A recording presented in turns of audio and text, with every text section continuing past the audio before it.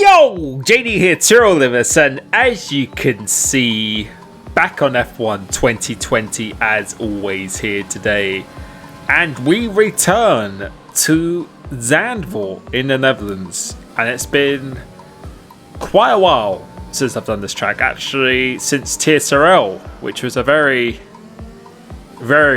nice moment that I will probably never forget.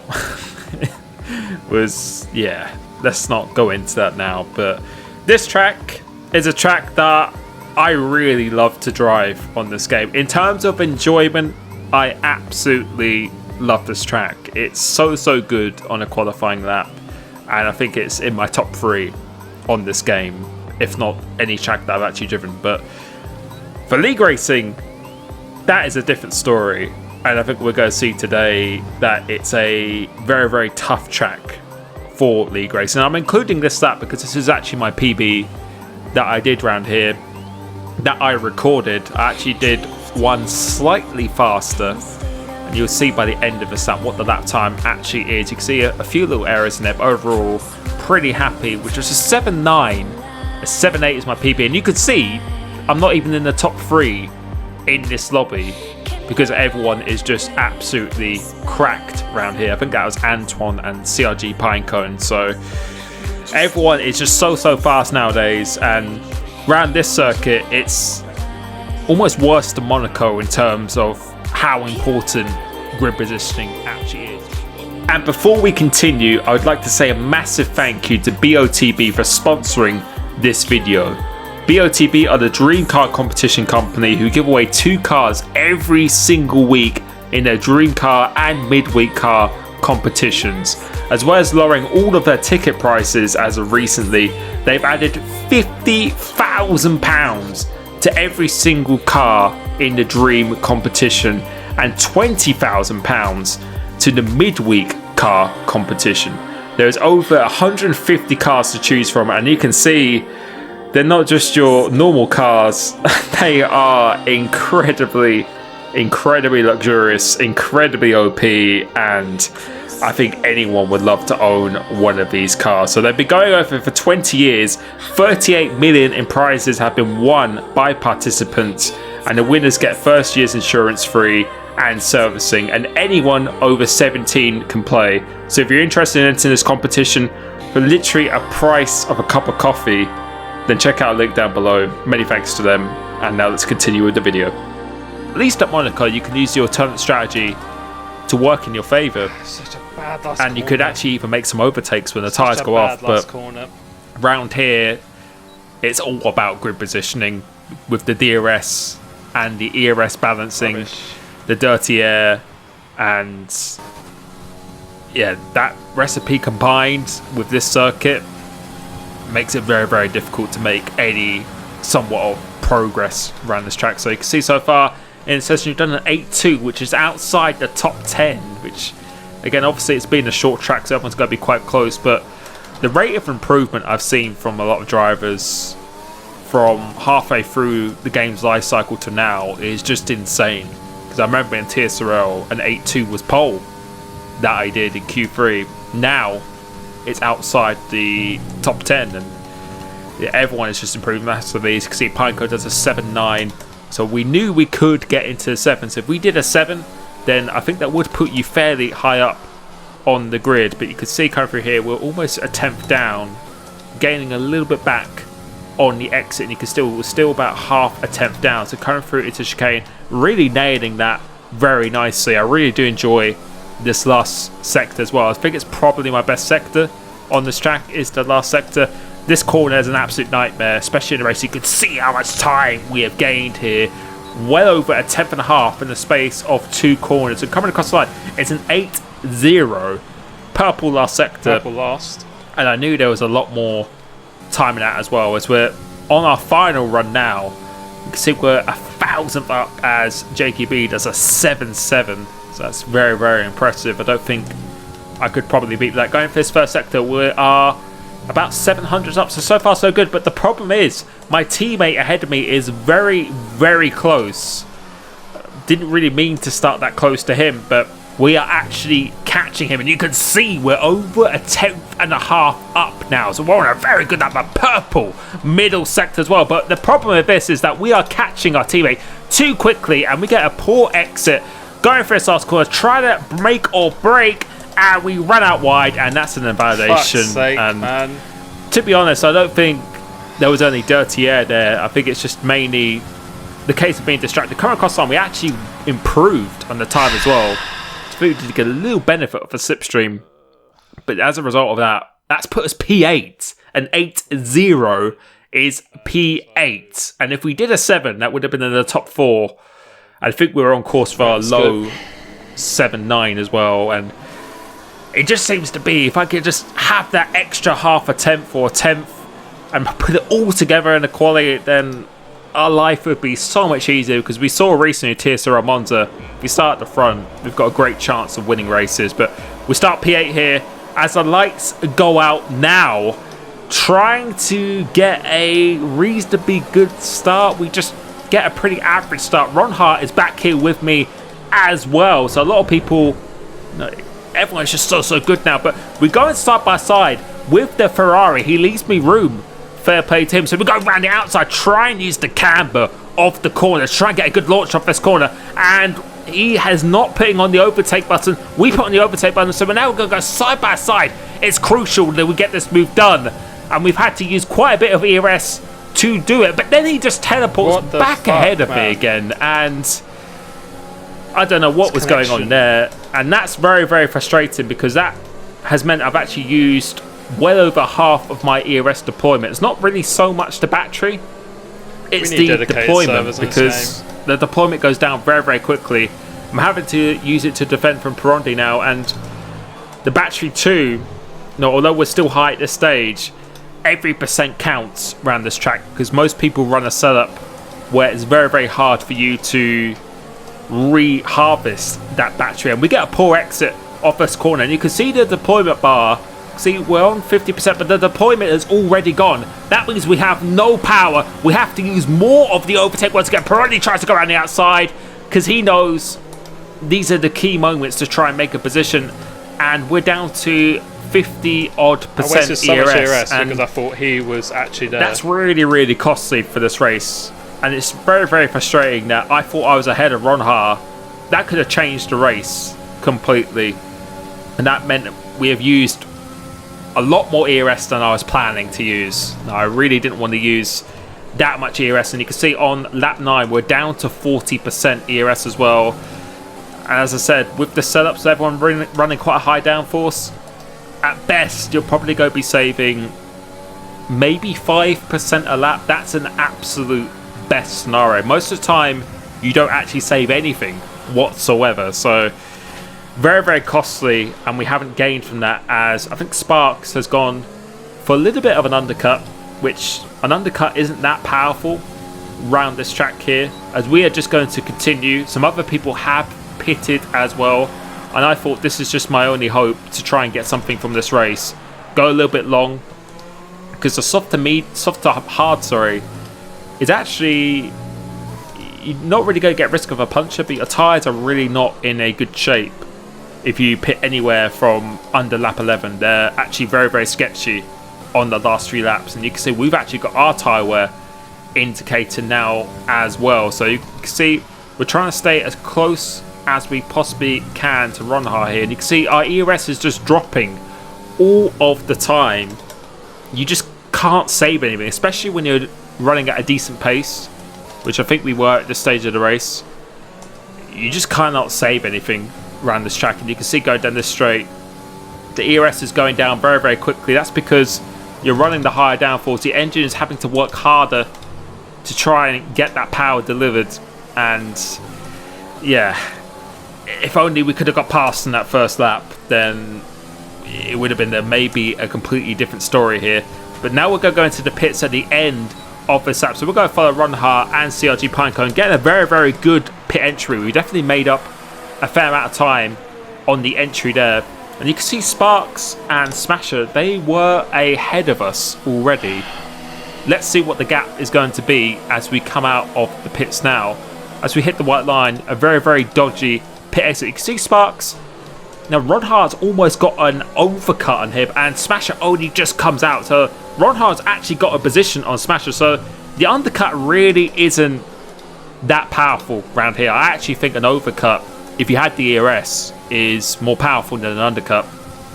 But the only good thing about this, although we're still in not an ideal position in this race, because we are just in amongst the DRS train of a 4 or 5 man DRS train, we are going to have the fresher tyres at the end, which could prove to be quite important as this race goes on. But right here now, you can see with that pit stop, we've managed to resave a little bit of the ERS. But again, this track is just brutal in terms of racing, because it's very, very easy to defend, because coming off the last corner, you're about to see, it's very easy to get a bit of the dirty air and you get washed out wide there.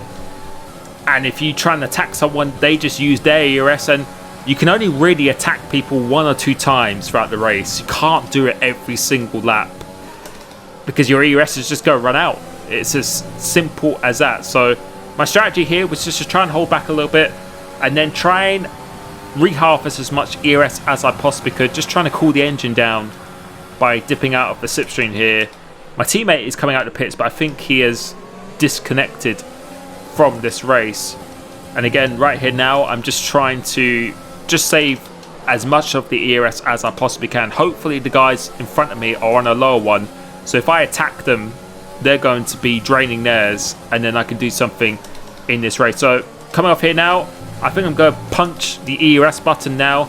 This is going to be my first attempt to try and get past CRG Smasher. And you can see I have caught him off guard a little bit, so he's going defensive. Now we go down the inside of him, but with the cab at the corner, he can hold it around the outside. We're going to just try and keep it. We're going side by side into here now, and almost had contact there. And with this contact model, you have to be so careful, because if he made contact with my front of my car, then with his rear, I would have been the one spinning round, not him, as that's exactly what happened to me in WOR Bahrain between me and LCR Leopard. So on his screen, he probably did leave me enough room, but on my screen, that is very tight, and that could have been race over. So we have to go again, but as a result of that attack, we have sacrificed more than 20% of our ERS as well. If we go for one more attack, then it's going to be another 10 laps or so until we can do it again. But the problem is, when everyone runs low on ERS, they can just use theirs as well, and the dirty off this last corner is really hard to overcome. It's just so difficult to overtake someone. The only way you can overtake someone around here is if they lose the DRS to the cars ahead, and at the moment Smasher has it on Ronhar, and Ronhar has it on Sparks, and Sparks has it on Antoine or someone else ahead of him. So really, for most of this race, it is just purely a DRS train. There's not much you can do. The alternate strategy isn't even that powerful as well. I think Sync Critch behind me is on the alternate strategy, as Syra has had an incident with someone, so he is going very slow. So we have to use the overtake button once again. Didn't know if he's going to defend that, as there's a little bit of lag between WR and Nico, and I can confirm Syra has a damage wing. Something's going on behind as well. I don't know what is going on here, but Nico, I don't believe, has pitted. So I was hoping he wasn't going to use his ERS, and he doesn't have the DRS either. So we're going to overtake him without using any of the battery power, which is very crucial. And now we have to make sure we get back within the DRS zone. As you can see, Ronhan, Antoine, who's got a 3-second time penalty as well, or 5 seconds, I think, in fact, for speeding in the pit lane. They are going side by side, and you have to get the move done. Otherwise, the chances to overtake are very minimal here. So we just got to make sure we get back within this DRS zone, which I think we should do relatively comfortably, and I think we are already back in this DRS zone. But the plan is, again, to try and put Smasher underneath as much pressure as we possibly can. See Sparks, Antoine, Ronhar and Smasher, the cars ahead of me. Got Nico behind me with Critch, who I was just saying before, he's actually on the alternate strategy. So I think he started the mediums, and then he's gone a bit deeper into the race, pitted for the Haas, but with the hard tyre, although they're a bit sketchy at the end, they are still a very, very consistent tyre. So his advantage isn't going to be that great over me, as I'm going to try and catch Smasher napping once again, but the problem is he can just counter that straight away, and since he's got the DRS, he's able to defend that, so he's going a little bit deep, but on this occasion, weren't able to go side by side with him, and that is that. As we move on to lap 26, nothing has changed in this race, but now I think Sparks is starting to almost lose the DRS onto the cars up ahead of him, and everyone is in the scenario running a very, very low ERS here, because again, when you're going at this speed, it's just very, very hard to recuperate it once again. So you just gotta hope someone makes a mistake ahead of you, or they just lose the DRS to the car ahead, and I think that is what is happening to Sparks here on this lap. I think we are about to see very shortly, but at the moment I'm still trying to launch an attack on Smasher, but unsuccessful again. We just cannot get close enough. He has the slipstream and the DRS to the cars up ahead.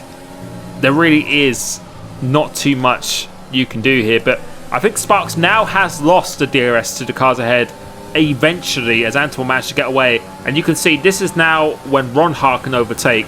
He has to wait until that happens, otherwise there is literally nothing you could do here. But I was going to just try and do my best, because see Smasher is dropping behind a little bit of the cars up ahead, but he still has the DRS. I think he did there, so I'm going to try something different. I'm going to try and punch the overtake here to try and catch them off guard, try and use the momentum of our straight line speed.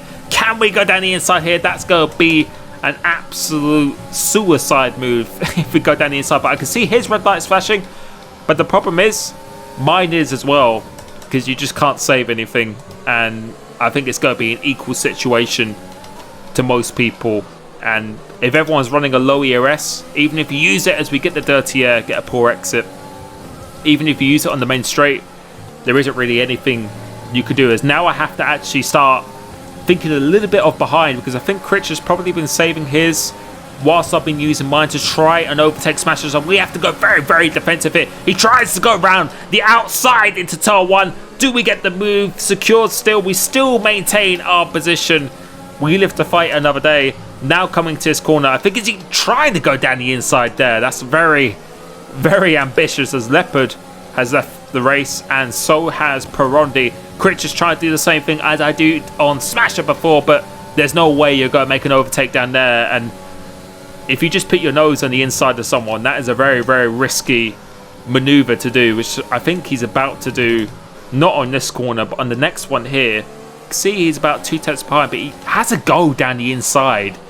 Very, very, very brave to do that, because I think that probably would have been much, much worse for him if he did make contact. But we move on to the last lap of this race. Ronha has escaped the DRS of Sparks, and it's just frustrating because I felt like our pace was really good in the clear air.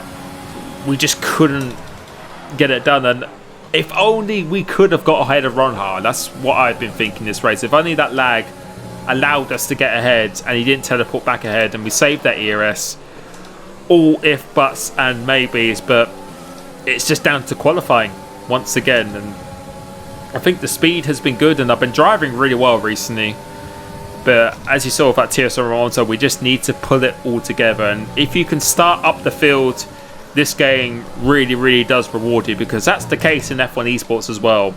If you start near the front, you're probably going to finish near the front, and if you start outside the top 10, it's probably going to be quite unlikely that you're going to get in the top 10 either. So on this last lap here, we're both very, very low on the ERS here. I'm just trying to do everything I can, but I just haven't had a car ahead of me that hasn't had the DRS, and it's just almost an impossible situation as JKB wins the race. So GG to him. I'm using the rest of my overtake, which is definitely gaining me a bit of speed now, but we're going to come across the line in P6 in the end, so not too bad. Making up positions as always, but if only we could have just finished that last lap, it would have made our lives a lot easier. As always, thank you so much for your support on my channel. It's been absolutely immense. Make sure you stay tuned for TSRL Canada this Friday, and with BOTB, make sure you check out the link to enter their dream car competition as well. Thank you so much, and I'll catch you very, very soon. Peace.